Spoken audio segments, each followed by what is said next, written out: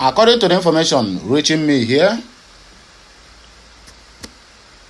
Chukwumacha Soludo bows to pressure from all corners as he reopens Onitsha main market and then succumb to the pressure of Monday sit at home. In other words, today there is a general Monday sit at home, or rather there is a general sit at home in the whole of Anambra State today.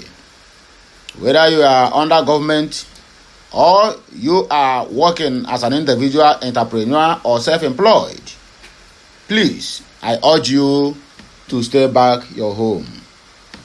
Let us continue the lose. Since government of Anambra State said they enjoy losing 8 billion naira every Monday, let them continue with the lose. Because if they don't want the lose, they would have done something about the release of Mazi Nnamdi Kanu. But according to the information with us here, Chukwumacha Soludo is even the number one contender to send Mazi Nnamdi Kanu to death sentence. Chukwumacha Soludo is number one. Who voted? Because this thing was made by vote. Life imprisonment or death sentence. All the whole Southeastern governors, some vote death sentence, some vote life imprisonment. But Chukwumacha Soludo is the first person who raised the motion that Nnamdi Kanu should be sentenced to death by hanging. So, as the case may have it, God did the things the way it ought to be.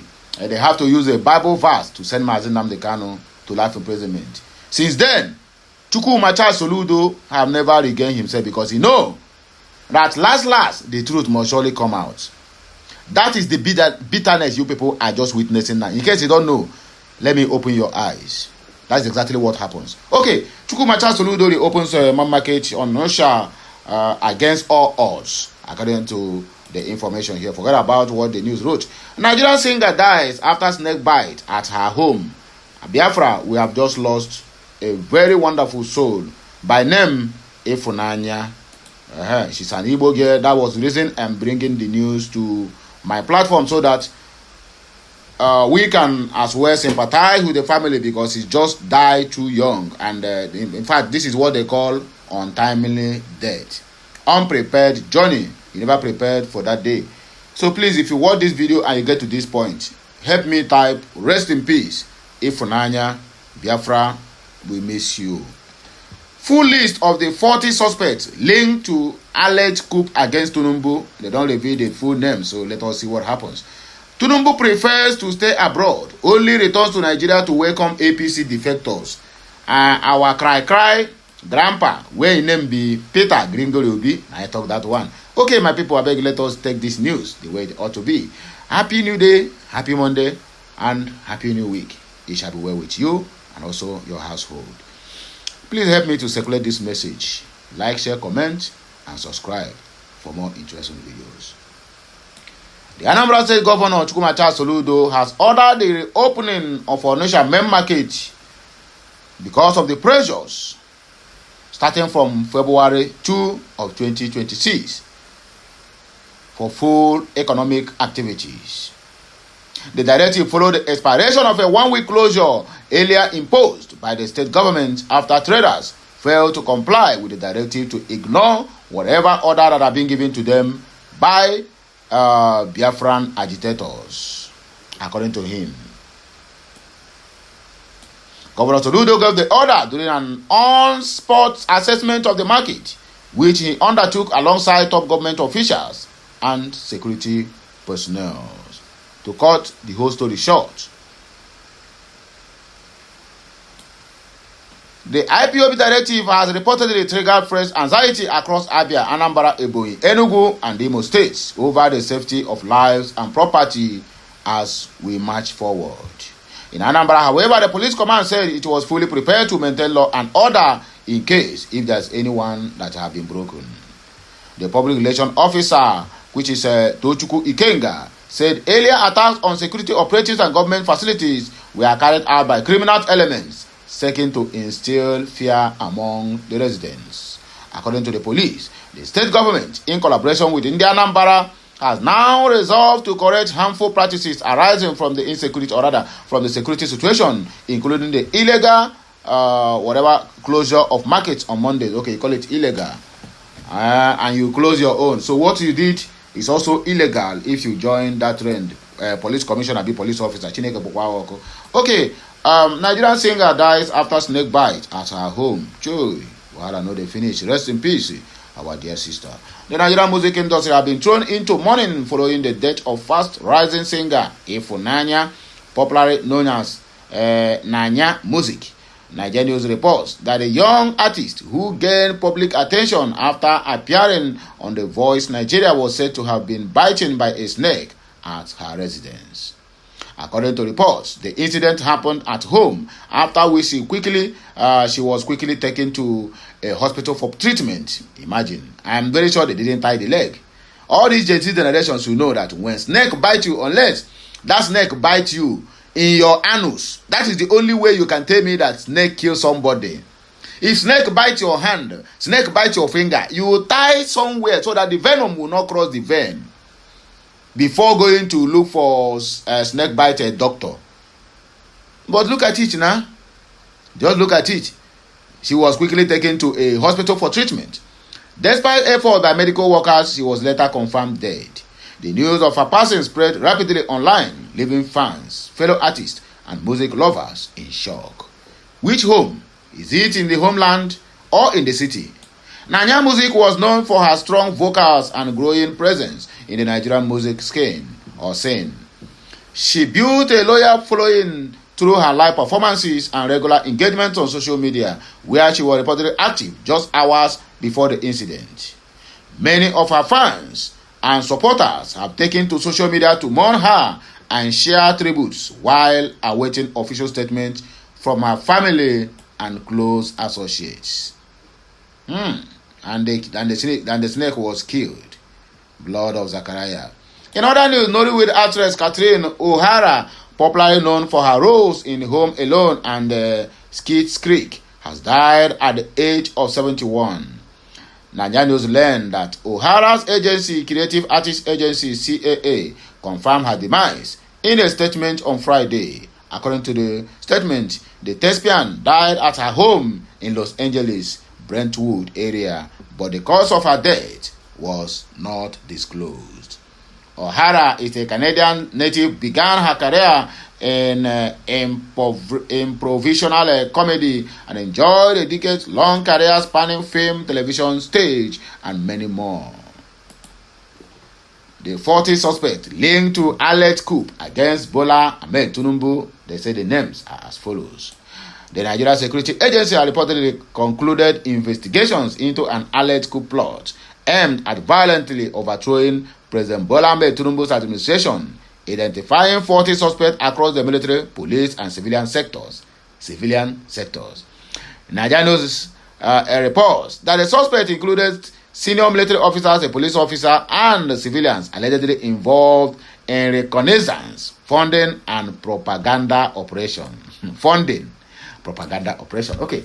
A Premium Times report quoted security source as having identified 13 individuals apprehended by the State Security Service (SSS), including 2 military personnel, 1 retired, 1 police officer, and 10 civilians.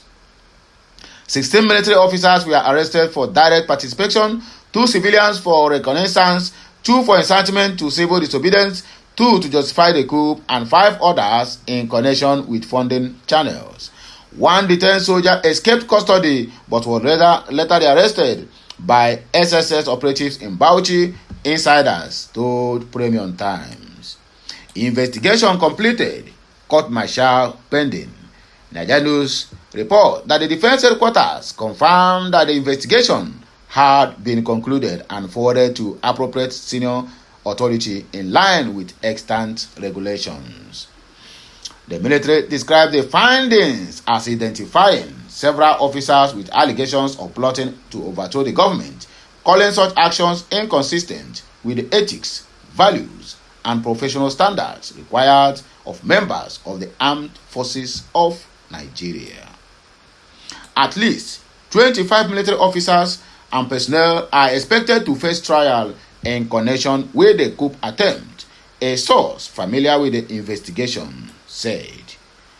An unspecified number of civilians remained in custody under investigation by the Economic and Financial Crimes Commission, FCC, and SSS for roles in financing, logistics, and coordination.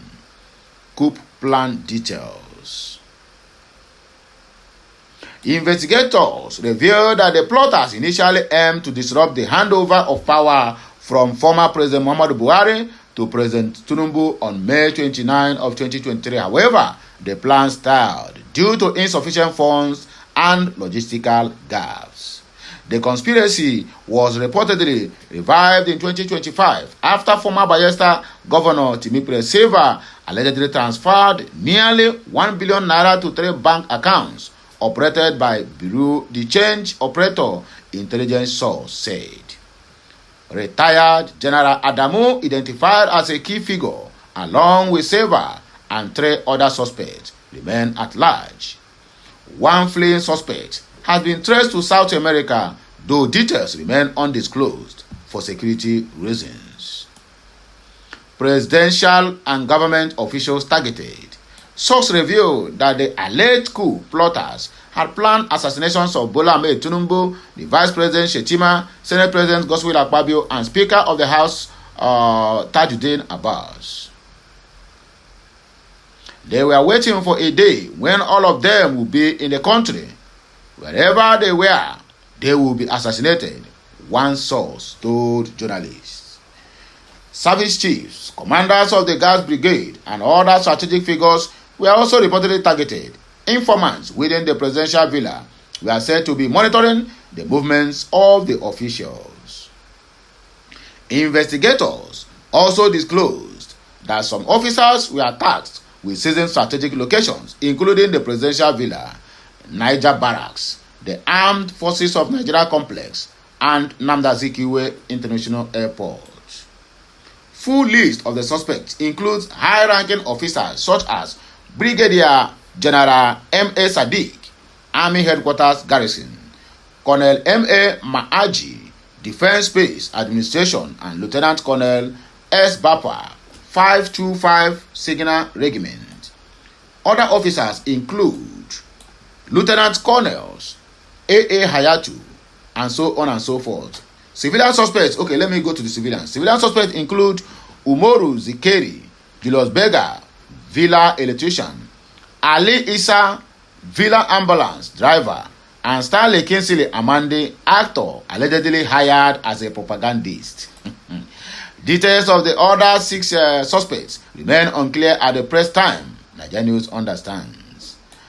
Below is the full list of the suspected units and addresses. Name the unit and wherever they are fought. So please, you can visit www.nigerianews.com to get the list of the whole people, 40 of them, or maybe if there's time, I will name them. Number 1, Sadiki, Brigadier General Maaji,